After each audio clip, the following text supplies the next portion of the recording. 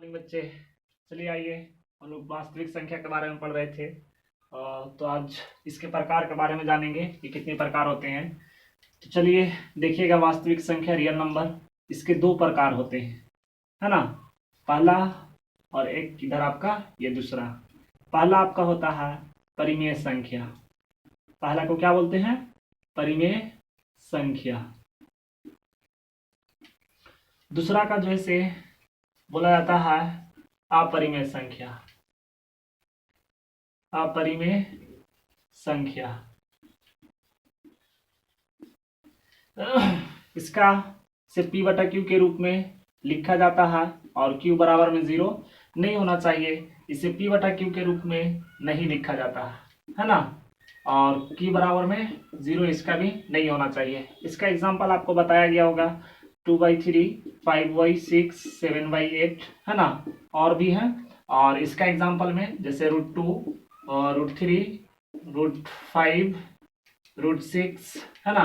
√4 को यहाँ पे नहीं लिया गया क्योंकि √4 जैसे आपका देखिए फैक्टर कीजिएगा तो 2 गुने 2 इस तरीके से लिखिएगा तो रूट से आपको जोड़ा लगा करके बाहर निकाल दिया जाता है। ये निकलेगा तो आपका 2 आ जाएगा।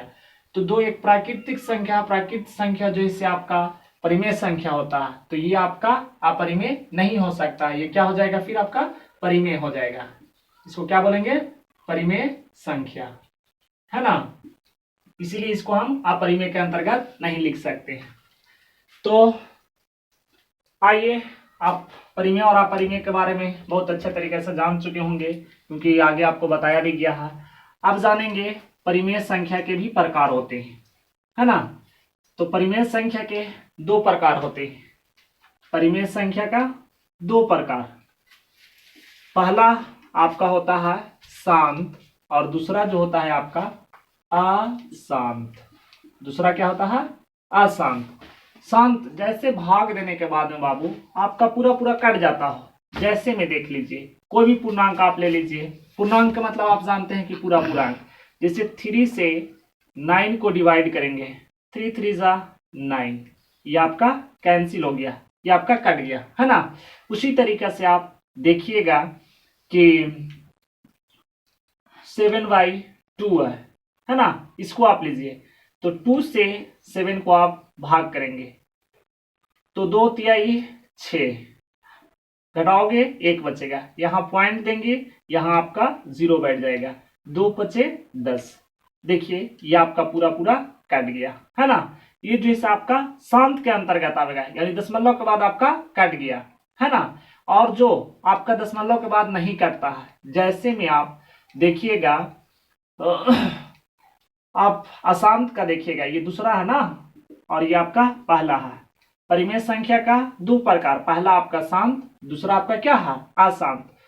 शांत का एग्जांपल आपका ये हुआ कि भाग देने के बाद में आपका पूरा पूरा कट गया। इसको भी देखिए, इसको भी जैसे पॉइंट के बाद लाते हैं तो ये आपका पूरा पूरा कट जाता है। लेकिन अशांत वाला में देखिएगा, इसको जो है हम लोग 7 को जो है 7 से जो है 20 को डिवाइड करेंगे, 7 दूना 14, काटिएगा यहाँ पे 10 में से 4 जाएगा 6, कैंसिल, पॉइंट यहाँ पे दीजिएगा, यहाँ आपका 0 हो जाएगा, 7 8 56।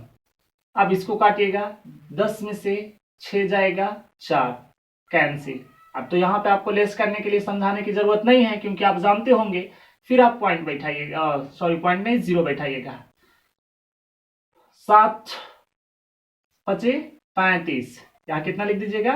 35, घटाओगे 10 में से 5 जाएगा 5, ये कैंसिल, फिर आपका यहाँ क्या हो जाएगा? 0, 7 7 49, है ना। अब इसको फिर घटाइएगा तो आपका क्या आएगा? 1, यहाँ कैंसिल। अब देखिए फिर 0 बैठाइएगा, 7 एकम 7, फिर कितना आ जाएगा? 3। अब इस तरीके से इसको आप भाग देते चले जा रहे हैं, ये कहीं पे कटने का नाम नहीं लेगा और इस तरीके से आप भाग देते रहेगा, ये कटेगा नहीं। फिर से आपको 8571 आ जाएगा और ये आपका पूरा पूरा नहीं कटता है। जो यानी भाग देने के बाद में पूरा पूरा नहीं कटता है वो आपका अशांत होता है ना। तो अशांत और शांत आपको समझ में आ गया होगा। और भी बहुत से एग्जाम्पल है जो आप बुक में देखिए उठा करके और उसको प्रैक्टिस कर सकते हैं, है ना। और ना समझ में आता है तो फिर बोले। आगे चलेंगे, फिर हम लोग अशांत के दो प्रकार होते हैं। अब जो इसे हम लोग पहले जाने परिमेय संख्या और अपरिमेय संख्या। परिमेय और अपरिमेय के बाद में परिमेय के दो प्रकार हो जाते हैं। अब उसके बाद में जैसे शांत और अशांत, तो यहाँ पे अशांत के दो प्रकार हैं। अशांत के कितने प्रकार हैं? दो प्रकार हैं। पहला जैसे आपका हो जाएगा बाबू अशांत आवृत्ति, आवृत्ति। दूसरा अशांत अनावृत्ति, वृत्ति, है ना। देखिए अब अशांत आवर्ती और अशांत अनावर्ती, ये दोनों क्या होता है वो जानेंगे आप। ये दोनों अशांत ही हैं, कटते नहीं हैं, लेकिन ये दोनों का एग्जाम्पल जैसे आपका अलग अलग हो जाएगा। जैसे देखिए आप जो है से 3 से भाग करेंगे 20 में, यानी कि यहाँ पे लिखिएगा 20/3, है ना। तो इसको जब हम भाग करेंगे तो भाग कीजिएगा तो पहले कितना 3 × 6 = 18, 10 में से 8 जाएगा, कितना बचेगा 2, कट गया ना। फिर यहाँ पे दशमलव दीजिएगा, यहाँ पे 0 डालिएगा, है ना। फिर 3 × 6 = 18, फिर यहाँ पे आप घटाइएगा, तो घटाने के बाद में यहाँ पे फिर आपका 2 आ जाएगा, ये कैंसिल। फिर लगाइएगा 3 × 6 = 18, यहाँ पहले 0 बैठा लीजिएगा ना, तो यहाँ 18 हो जाएगा। फिर घटाइएगा, आपका 2 आ जाएगा, फिर 0 बैठाइएगा, 3 × 6 = 18। यानी आप भाग देते हैं और भाग देने के बाद में एक ही अंक बार बार आपका रिपीट होता है, यानी 6 आता चला जाता है, तो वो आपका अशांत आवर्ती होता है।